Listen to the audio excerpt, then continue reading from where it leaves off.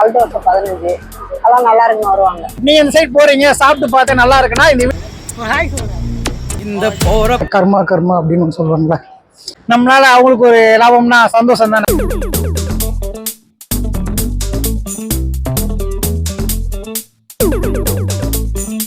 இப்ப நாம எங்க போறோம்னா போதுமா தாத்தா, நல்லா மோர் வெங்காயம்லாம் போட்டு செம்மையாக தர்றீங்க போலயே. இல்லை ருசிச்சு சாப்பிட கிடைச்சது. ஹாய் சொல்லுங்க. ஆக்சுவலி நம்ம ஏர்போர்ட்டுக்கு ஏரோ ஹப் தியேட்டருக்கு வந்திருக்கோம். ஸோ காலைல ஷோக்கு வந்திருக்கோம். ஸோ ஐயாட்ட கூழ் வாங்கி வந்தேன். எவ்வளோ கேட்டேன், வெறும் 30 ரூபா தான் சொல்கிறாரு. சீரியஸ்லி ஏர்போர்ட்டில் 30 ரூபாய்க்கு கூழ் தரமாக இருக்குது. எனக்கு தெரிஞ்சு சாயங்காலம் வரைக்கும் தாங்கும்னு நினைக்கிறேன். இந்த பக்கம் வந்தீங்க அப்படின்ட்டா ஐயாவோட கடையில் கூழ் குடிச்சிட்டு போங்க திருப்தியாக. ப்ளஸ் முக்கியமாக ஒரு விஷயம் சொல்லணும், இந்த ஏரியாவில் தோசையே 60 ரூபா 70 ரூபா, கல் தோசையே 40 ரூபா 50 ரூபா.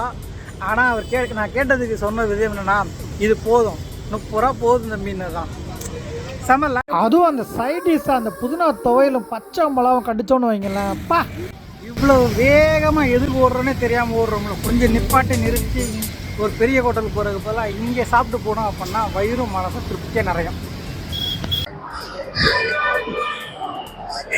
நீ ட்ரை போட வெளியே வந்துட்டேன், கையை தூக்கி கை வலிச்சதான் மிச்சம்.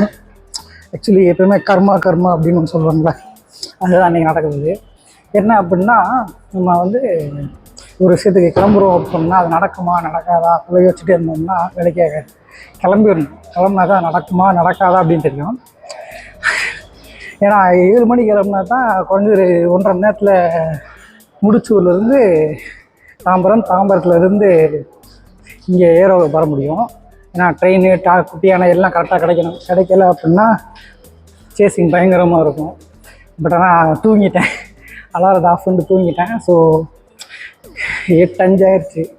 அப்புறம் மேடம் டிவி போட்டு கொடுத்து மண்டையில் அடித்து ஃபோன் பறத்தி விட்டாங்க. கரெக்டாக 8:10 வீட்டிலேருந்து கிளம்புனதும் மெயின் ரோடுக்கு ஓடி வரும்போதே கரெக்டாக ஒரு டாட்டா ஏசி குட்டியாக கிராஸ் ஆகுது. அண்ணே அப்படின்னா தப்புன்னு செகண்ட் பிரேக் போட்டா அப்படி மனுஷன் ஏறி வந்துட்டேன். கரெக்டாக தாம்பரம் வந்தேன். 8:25 8:35 கரெக்டாக அங்கேருந்து ஓடுறேன். டிக்கெட் கவுண்டர் அவ்வளோ கூட்டம். பார்த்தா ஆட்டோமேட்டிக் டிக்கெட் கவுண்டரில் வந்து கூட்டமே இல்லை. டக்குன்னு போனேன், யூசிங் மேப் போட்டேன், தட்டுனேன், எல்லாம் ஒர்க் ஆச்சு. கியூஆரை போட்டேன், டிக்கெட் எடுத்தேன். கரெக்டாக வர்றேன் 3ஆம் பிளாட்ஃபார்மில் பீச் போகிற ட்ரெயின் செம்ம. கரெக்டாக எடுக்க போனாங்க.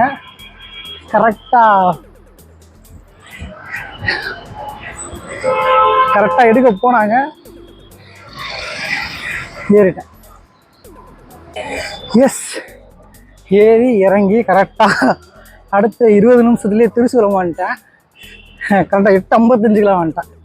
சரி, சாப்பிட்டா தானே அடுத்த படத்தை பார்க்க முடியும். உள்ளே போனோம்னா இத்தினோடு பெப்சி 290 ரூபா, பீஸா பர்கர்லாம் 200 ரூபாய்க்குள்ள எதுவுமே இல்லை, ஒன்றுமே இல்லை. இப்போ நீங்கள் வீடியோ பார்த்தீங்கல்ல, அந்த ஐயா கடையில் கூழ் வெறும் 30 ரூபா. இதே ஏரியாவில் தள்ளுவண்டி கடையில் தோசை மட்டுமே 60 ரூபா 70 ரூபா, கல் தோசை மட்டுமே 40 ரூபா. அவங்க குத்தம் சொல்ல முடியாது, அவனுக்கு ஓடணுங்கள. பட் அதுக்கேற்ற மாதிரி திக்னஸ் இருக்கும், நல்லா பெருசாகவே இருக்கும். அவர்கிட்ட கேட்டேன், என்னங்கய்யா 30 ரூபா போதுமா? ஏர்போர்ட்டு மெயின் ஏரியா, ஒரு நாளைக்கு ஒரு 50 ஓடுமா? 50 20 ஓடுறதே ஆச்சரியம் தம்பி, எனக்கு 10 ஓடினாலே கொஞ்சம் நிம்மதியாக இருப்பேன் அப்படின்னாரு. எனக்கு ரொம்ப சங்கடமாக போச்சு. ரொம்ப சிம்பிளாக யோசிச்சு பாருங்களேன், நம்ம பீஸா பர்கர்னு என்னென்னமோ சாப்பிட்றோம். ஆனால் ஒரு பொருள் ஆரோக்கியமானது அப்படின்னா அதை சாப்பிட்றதுக்கு தயங்குறோம். ஏன்னா அது வந்து ஏழைகளோட உணவாகிடுச்சு. பீஸா பர்கர்லாம் பணக்காரர்கள் உணவாகிடுச்சு. ஆனால் நல்லா குடிச்சிங்கன்னா எப்பேற்பட்ட பணக்காரனாக இருந்தாலும் ஹாஸ்பிட்டலில் படுத்ததுக்கப்புறம் டாக்டர் சொல்கிறாங்க தெரியுமா, கஞ்சி குடிங்க. அந்த கஞ்சியை கூட ஹாஸ்பிட்டலில் காசு கொடுத்து நான் வாங்குறீங்க. நீங்கள் ஒரு வேளை வீட்டில் இருந்த மணிக்கே டெய்லி கருப்பு கவுனி கஞ்சி, வெந்தய களி, கேழ்வரகு, கேப்பக்கூழ் இப்படி ஏதாவது ஆரோக்கியமாக சாப்பிட்டீங்க அப்படின்னா உங்கள் உடம்பு நீங்களும் பாதுகாத்துக்கலாம்ல. எஸ், கரெக்டாக படம் போடுறது இன்னும் 5 நிமிஷம் இருக்கு. உள்ளே வந்தாச்சு.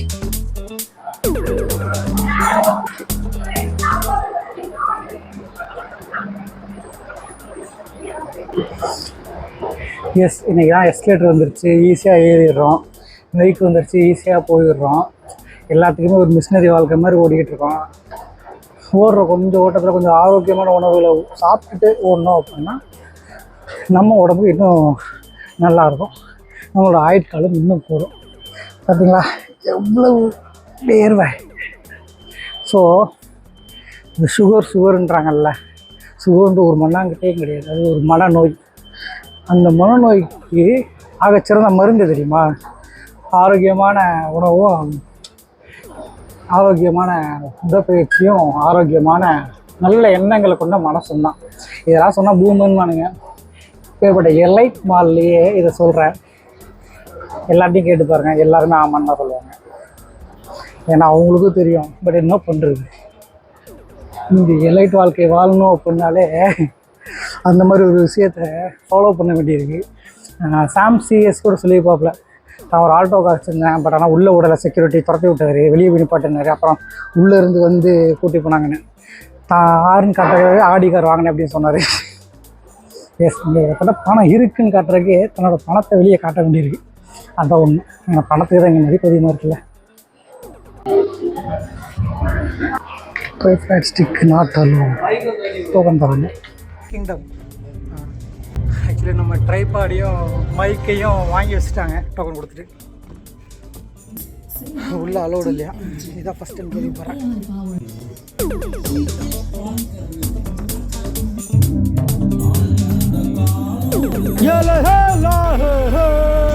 ஐயோ முடியலையே முடியலையே.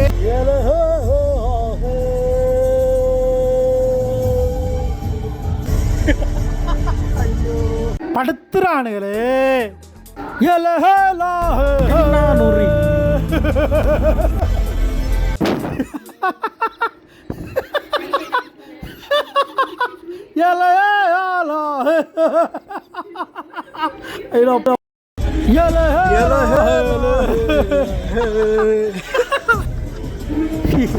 என்னத்த சொல்றதுன்னு தெரியல. ஓடுறா ஓடுறா ஓடுறா ஓடுறா.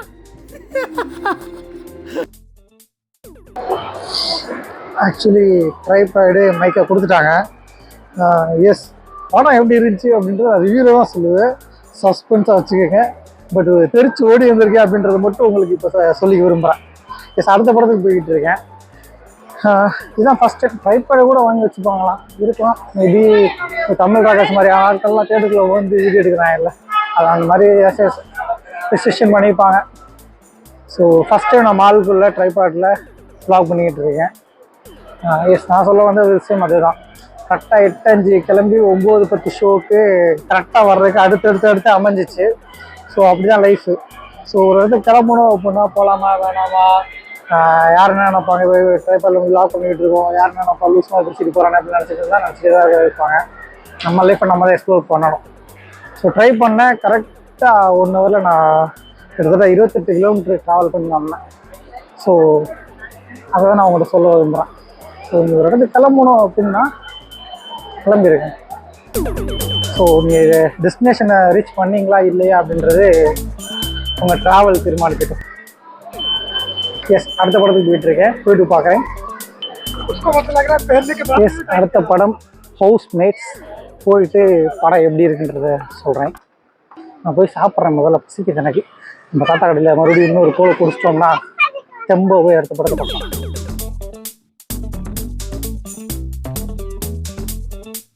எப்போ அம்மா உணவு பார்த்தாலும் 2013க்கு போயிடுவேன், 2017க்கு போயிடுவேன்.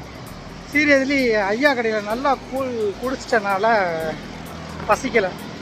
ஸோ கடந்து போகிற சூழ்நிலை. பட் இருந்தாலும் அந்த கடந்து போனாலும் அந்த மறந்து போகாத அந்த நினைவலைகள் வேற மாதிரி. சீரியஸ்லி இவ்வளோ வேகமாக ஓடுறீங்கல்ல, நின்று அந்த ஐயா கடையில் கூழ் குடிச்சு பாருங்கள், அமிர்தமாக இருக்கும்.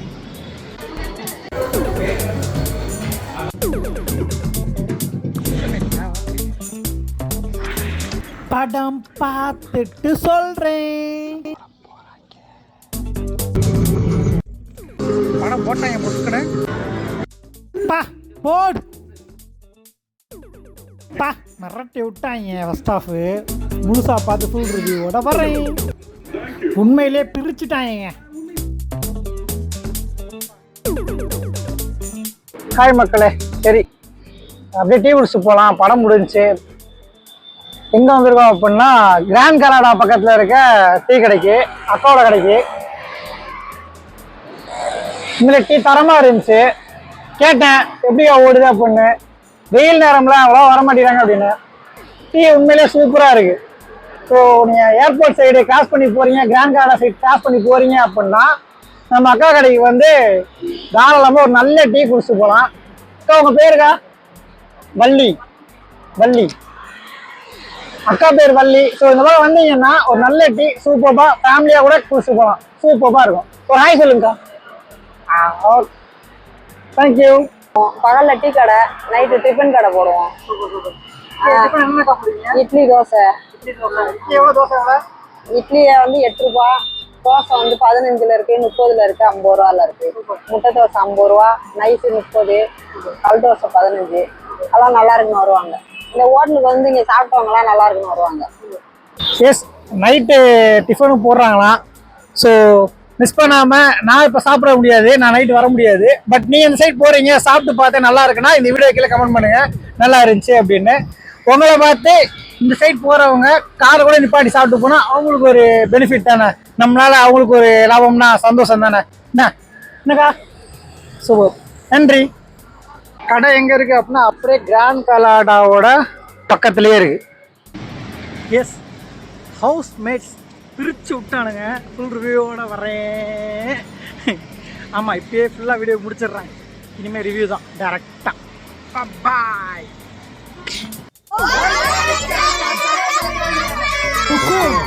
டைகர் கா ஹுக்கும்.